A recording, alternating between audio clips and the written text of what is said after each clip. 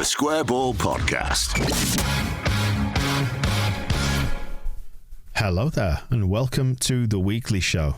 Dan, along with Michael and Rob, on the show that's brought to you by Levi Solicitors. 10% discount is available at levisolicitors.co.uk/the square ball. 10% discount on your legal fees. Thanks to Levi's for their support throughout the season. And we have a great summer special that is out at the minute. You can get a discount on that if you are a TSB Plus member. In it, last minute limbs, that was one of the few highlights of the last season, wasn't it? A celebration of Marcelo, who we'll come on to in just a minute. Oh, stop going on about Bielsa. Get this bit over and done with so we can talk about Bielsa. The last champions, that's Wilco's team from 30 years ago. The story behind the 1992 remix of Marching On Together as well, which if you've not heard is well worth looking up. It's kind of a baggy sort of housey style. I remember when I first got that record and I played it at the wrong speed. I played it too slowly. So when the commentary came in, I thought it was a psychedelic masterpiece that Leeds had released in the early 90s. We got player reviews as well from the season that's just gone, and the story of the walk that we did as well, which has passed £80,000 in charity donations, which is absolutely amazing. So thank you once again. thesquareball.net/Gary Speed. If you want to donate to that, and have a look on the website as well for the summer special. Bielsa then. We saw him. Did your heart flutter like mine did when we saw Marcelo?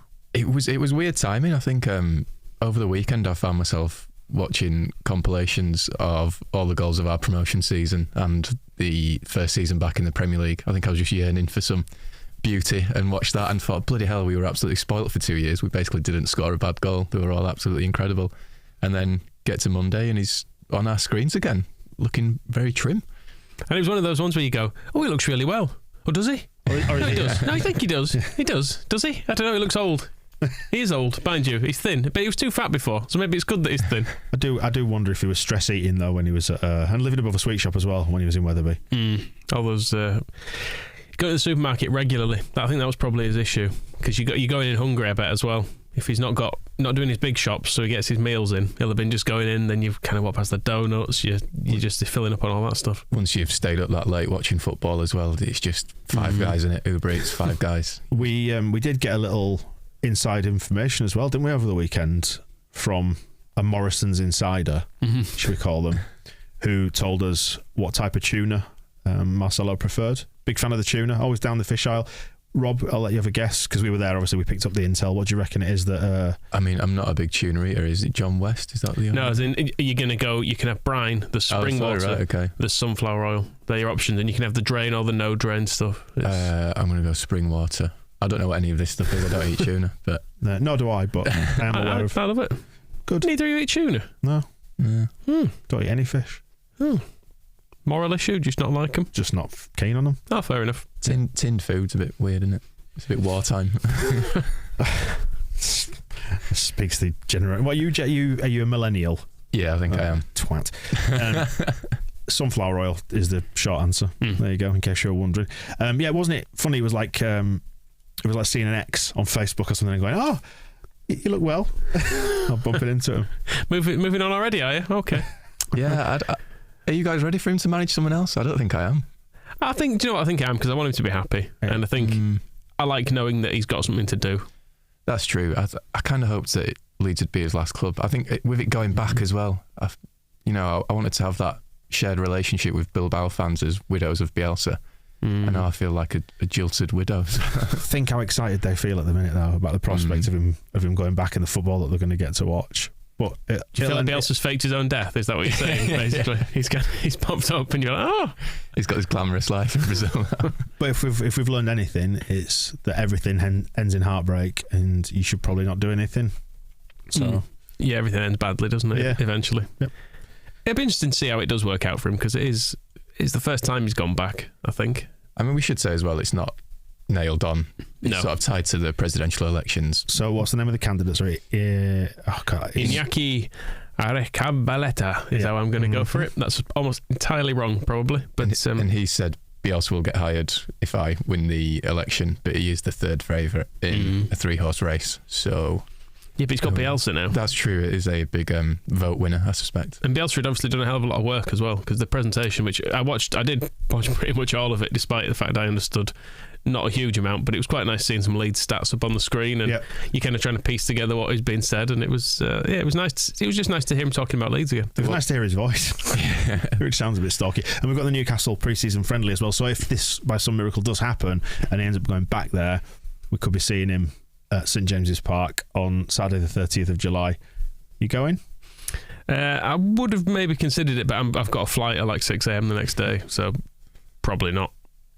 A Bilbao away day sounds more glamorous, doesn't it, next season? But there was the line in there that he'd been approached in March over the job and had said, well, the current manager's still there, he's doing a good job, I'll wait and see what decision he made. And the guy has resigned, but Bielsa said that he's watched 90 matches of Bilbao from last season, both first team and academy games, so he's probably already watching Newcastle games from last season, just in case, I think. I do miss him. Although seeing him, I thought, if Marcelo can get himself in shape like that, it's time. Well, no excuse. Look at he's 20 odd years old. Are you willing to let us hold you to this? Maybe. How much weight are you going to lose? We'll see. Okay. Grams. It's still a weight loss, isn't it? It is. Have a haircut. Exactly. But it's the intent that counts, isn't it? Season's finally over. You enjoyed the end of the season? It's weird, isn't it, how it's just gone on and on forever with international games that no one gives a shit about until we were really bad at them. Then everyone was a bit up in arms about the whole thing. Well, speaking specifically here about England versus Hungary, which happened after we recorded last week, so it feels like ancient history now, but that was awful. I didn't watch it because we were in here recording with skylights, weren't we, at the time? Which was probably for the best, but not good, that. And Calvin had an absolute stinker. Oh, well. I mean, I find it too hard to care. I do feel slightly vindicated for saying, while we were doing really well in the Euros, that I didn't think Southgate was a very good manager, even though at the time all evidence was pointing to the fact maybe he was doing quite a good job. So thank God I was right after all. Unqualified for the job. Get a proper manager in. And Mark Rocker now confirmed as signed. We knew it was going to be the case anyway. Last week when we recorded, that one is over the line. He seems happy anyway. Does anyone else struggle with his name? I always want to call him Marco Rocker. Yeah, Marco's tempting. Moscow in his first propaganda email just called him Mark Roger, I think, for the whole thing before realising it's Mark Rocker. But yeah, consider again, all these players that we've signed this summer, Aronson aside, because we'd heard about him for 6 months. I've only seen him for about a week, but I've gone, yeah, okay, I quite like these guys. I think what happens with Phillips probably determines a lot about how Rocker is viewed, because as things stand, it's Phillips and him, and the club are very much pushing the line that it's not the Phillips replacement. But if Phillips were to go, then it leaves him a little bit more exposed, doesn't it? Depends who comes in then, though, doesn't it, I guess. I did chuckle at the idea that Junior Firpo has been talking up the club and the fans. Like, Junior, God, I hope you've not been reading stuff online. What did we give him on the player ratings? I can't remember now. Over on the extra ball. On the extra ball, we've ranked the players according to Rob. You did the Beaufort scale, which is win strength. You did 1 to 17. I did the Nando's Perry scale. Can't remember. I think I went lemon and herb. I think he was. Did he get 4 or 5? I can't. He was one above Rodrigo. Yeah, I was going to say he wasn't the worst. No, which is something, I guess. Is that the best thing Junior Firpo has to say? They said I wasn't the worst player. Yeah. Well, if he's talked it up, then good on Junior, as long as he's good as well. Yeah, and he said the usual things about, it's an incredible club, atmosphere, stadium, history, all that sort of stuff. Training ground. Well, they don't say training ground anymore, do they? I feel like now we're signing players from Bayern Munich and stuff. They're not quite as blown away by it. Whereas when we were picking up players who've been at Southend or whatever, they'd come in and be like, "Fucking hell, you've got AstroTurf." Amazing. Had a swimming pool. Even when Chilino drained the swimming pool, it's like, bloody hell, they've actually got one now. Yeah. I managed to upset Fabrizio Romano, which feels like an achievement. So just to fill you in on this, I just quote tweeted him because he got in there about 30 seconds before the embargo was lifted on the site. So it was 5:15, wasn't it? It was announced. And I think Romano tweeted at, 5:14. So he broke the embargo by like a minute. So I quote tweeted him and put absolute tapping, and he sent a shitty DM, didn't he? Like on Twitter. Should we read it out? I'll read it out verbatim. Lee Sobot would never break an embargo, would he? Sticking resolutely to the fact that thing he had not signed. Nice to see your hate, mate. At least you're consistent. And then he's put that crying, laughing emoji. have a nice day, and then he's put another sort of emoji style thing, like he's put the colon and the bracket to do a smiley face. It's the classic internet angry face, like seething behind the laughter, isn't it? Just go outside, Fabrizio, for fuck's sake. It's summer. He must get a lot worse hate as well. Than you just saying it's a tap-in. I know, because it was a tap-in. It was, like you say, and that's what he does a lot of the time. He's getting something in a minute before other people for no purpose whatsoever. He's a great grift, though. He's got nearly 9 million followers and has become a person of huge influence. I'm sure he's got some connections, but come on, Fabrizio. Where's the sense of humour? I did say take it easy to him. It was just a soft joke. Give our love to Deco, smiley face. He hasn't replied. Oh, well.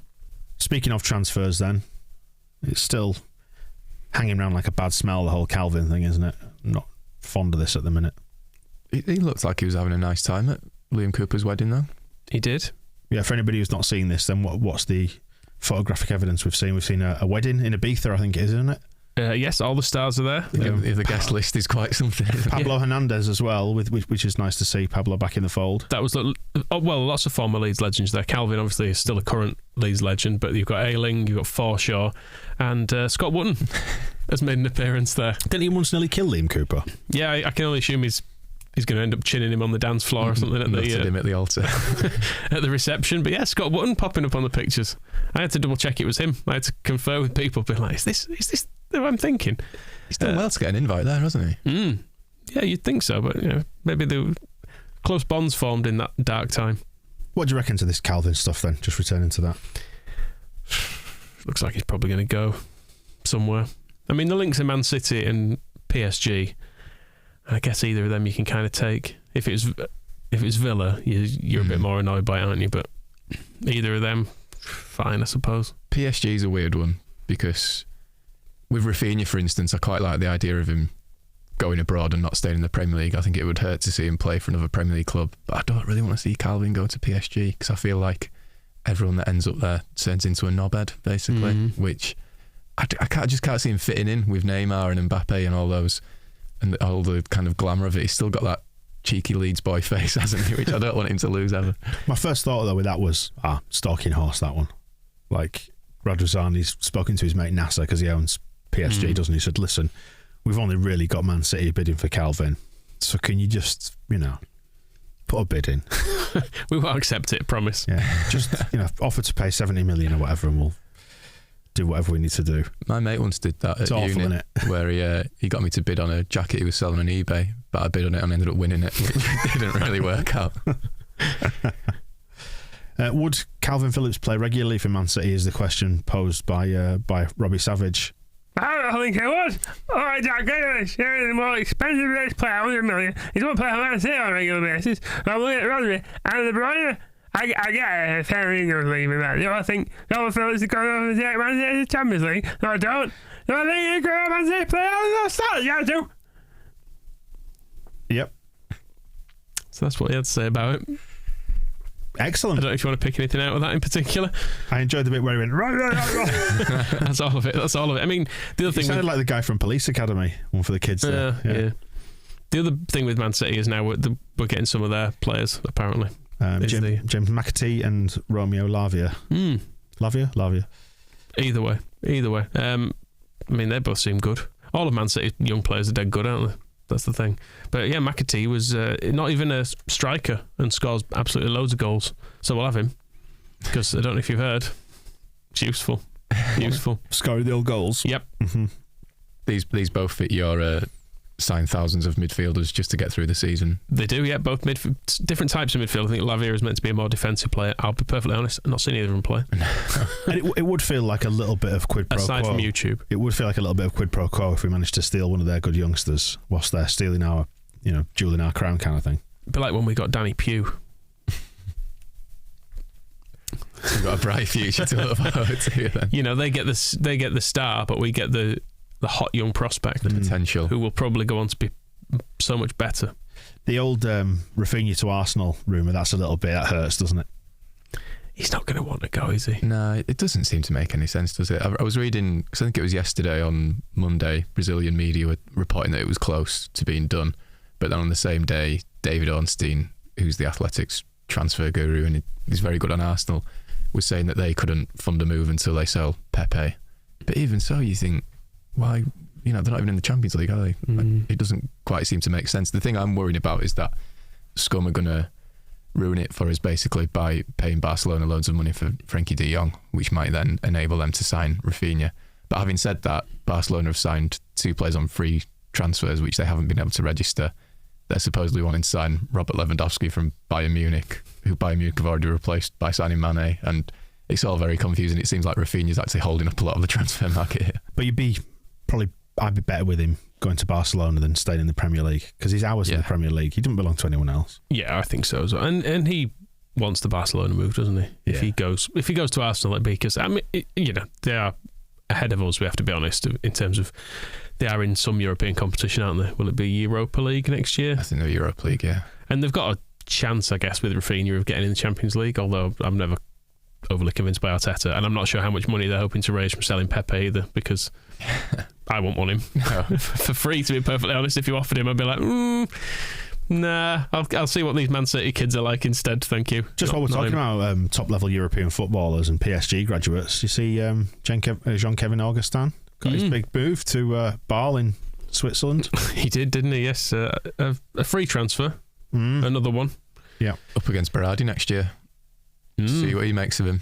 Quite possibly. I was looking up old Kev to try and work out what's happening with his career, and I think I checked this on a couple of sites because I thought this can't be right, but I think he's played 170 minutes of first team league football since we signed him.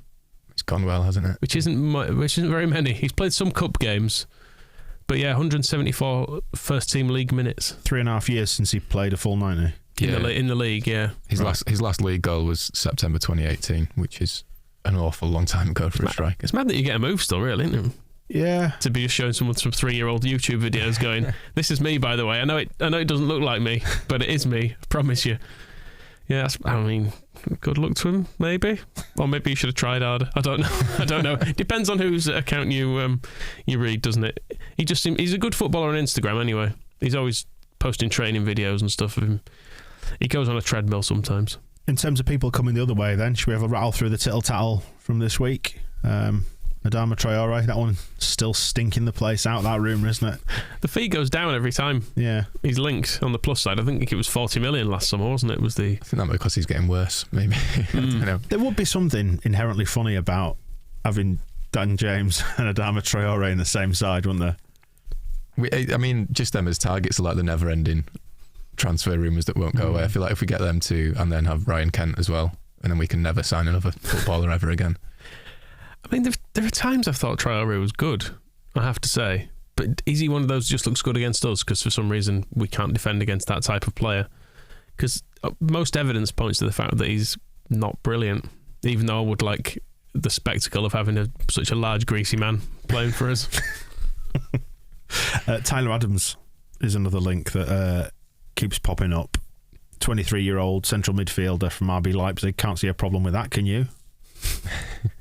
I mean, he knows Jesse. He doesn't know the club, but he does know the manager. Worked with him at New York and Leipzig, hasn't he? However briefly that was. Another midfielder, so yes, it's a yes from me. There's a good YouTube account, I think it's called Watke, W-A-T-K-E, and it's a funny analysis of US soccer, and he analyses Tyler Adams' game.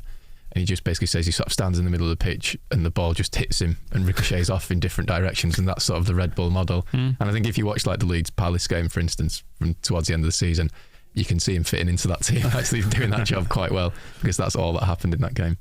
Alternatives on that theme then, Mo Kamara, who's he's at Salzburg, isn't he, this one? Yeah, another Red Bull player. Going in there and absolutely destroying the whole village, just pillaging the whole thing. Their business model is built on this though, isn't it? Yeah. You sign a load of players, you make them better, you flog them on, and then the whole thing goes around again. I think as far as I can work out with this one, it was similar to the Danny Ings one last week, where Mo Kamara has been linked with other clubs, and Leeds Life have written a piece saying, oh, if Leeds want a midfielder, maybe they should look at him. He's a Red Bull player. And then that gets regurgitated elsewhere as Leeds are in for this Mo Kamara guy. Other midfielders, Sander Berge from Sheffield United. Yep, love him as well. Midfielder. Yep, sign him. Not midfielders. Well, if you move it, don't move past Phil Jones if we're talking midfielders, because he's a guy who can play anywhere. Yeah. He was linked in a marker story as a target, as one of our. They had an interested list which included Phil Jones alongside Batshuayi, who's still at Chelsea. I was confused to discover, but Kalimwendo, who's the PSG player, and Castellanos is the New York City guy we've been linked with before, and Dest at Barcelona. But yes, Phil Jones on that list was a bit of a shocker. Have you watched Kalimwendo of PSG fames? Have you seen his YouTube highlights reel? Very good on YouTube. Talk me through it. Loads of goals. Yeah. Scoring is it them all over all the place. compacted into a short video? To some good music, and he looks dead good on it. What type of music? Is it hip hop or is it some sort of breakbeat thing? I think it was like... Is it grimy? Is it dancey? Not my sort of thing, is what I would take from it. He was already wearing a Leeds shirt on the still that I saw, so is he already signed? Of course. Do you remember the days when you could sign a player without seeing them photoshopped needlessly into a shirt beforehand? Yes. And Nathan Collins from Burnley. Seems a bit cheeky. They want 25 million for him. I mean, is this all just off the back of him scoring a really good goal the other night? It was a really good goal. I mean, he's only been there, what, is it a year or something? He's been at Burnley from Stoke. Well, I had no idea they'd pay 12 million quid for him, because I thought Burnley didn't spend any money, and that's what Dyche was always complaining about. But signing a 12 million pound player from Stoke, it's a bold move. But I mean, we don't really need a centre back, do we? Unless we're selling someone. Phil Hay wrote a piece for The Athletic, sort of going through the squad and each player's contract's position and whether they might leave or whether Leeds might strengthen in that area.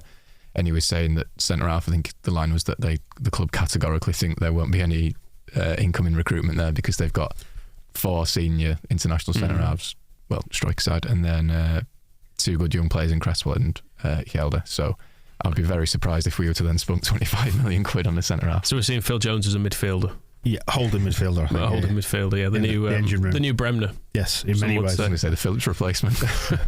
God, can you imagine how depressing that would be?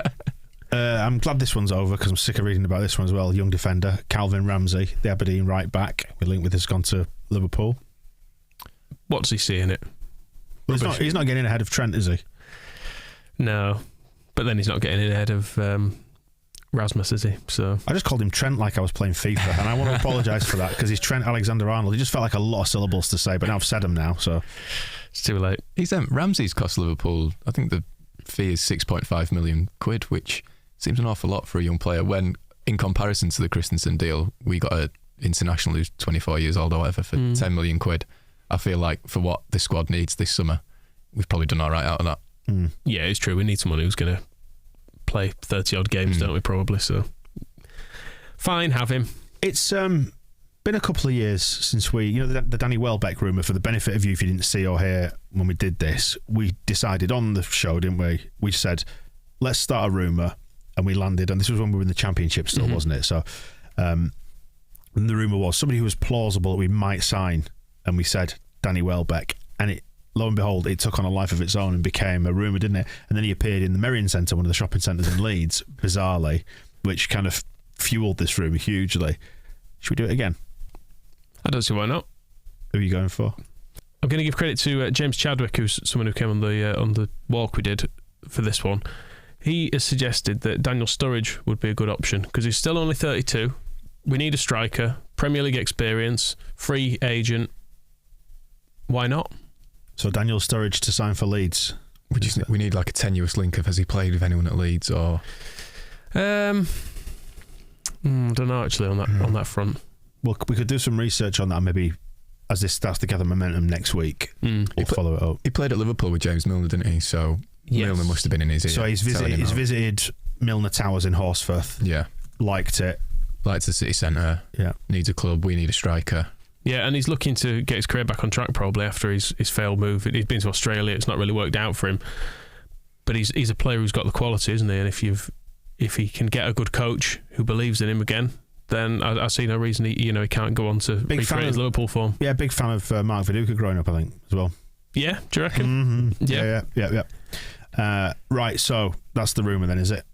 Yeah. Okay. Well, it's not a rumour, it's happening. Yeah. I saw him at Weatherby Services the other day. What was he buying? Medical stuff. to get himself ready. Yeah. Bandages, tapes. Maybe a sausage roll from Greg's as well for a bit of fuel, bit of sustenance. Granit Xhaka. Did we mention this? I've not gone back to listen to it, but I'm sure we mentioned the fact that Xhaka was being weird in this game and getting him and like just being a dickhead, getting himself booked for time wasting. Turns out the National Crime Agency are looking into it because there was 50 odd grand put on him getting a booking in the last 10 minutes. No indication so far that he's done anything wrong. And you have to also weigh it against the fact that it's Xhaka and he is a dickhead. Yeah, I was going to say he's weird in every game. It wasn't just against us. Yeah, so it's just interesting though that happened. We'll watch that one with keen interest and say no more. Fixtures are out. Have you seen those? Playing everyone twice, etc. Yeah. There's no horrific run in it, is there? I mean, again, this is not new news, but everything sort of happens just after we've released podcasts. But you don't look at any of that and go, oh, that's a bit tough. Apart from the actual final run-in. Even the final run-in, yeah. So what?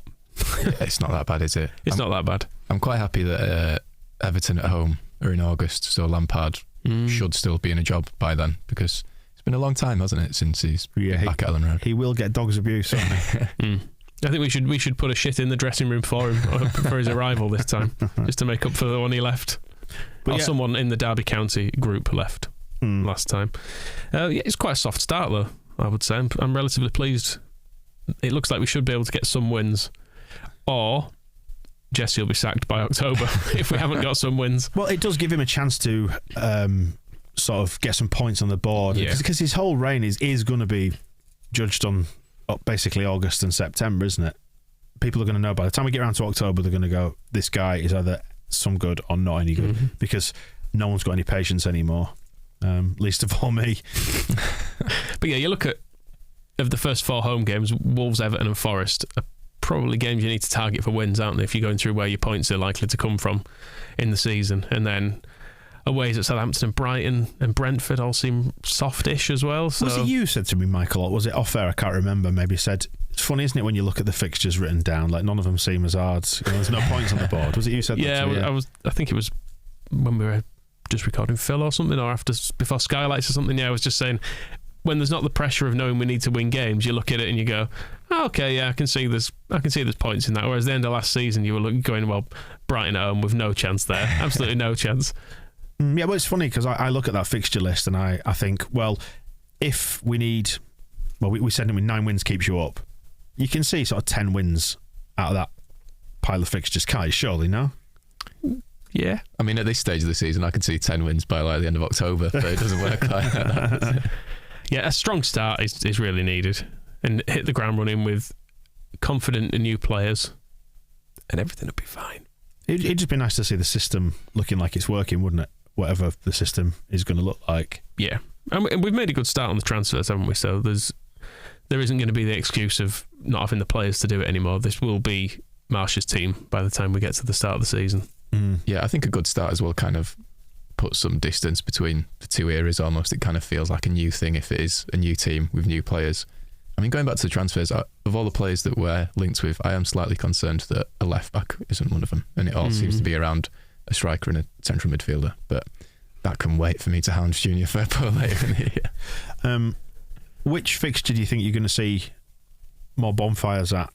Bournemouth at home on November the 5th, bonfire night, or Bournemouth away, bank holiday weekend in April? Bless them, they're in a flap about this. I should say the bonfire was a hallmark of the away trip in 1990 for anybody not old enough to have witnessed that. It was it all got a little bit out of hand at one stage. They're really unhappy about it. I mean, it does seem like quite a stupid idea. I mean, quite apart from what happened 32 years ago, it does seem like a bit of a silly idea, but I don't know. What do you think? That'd be fine.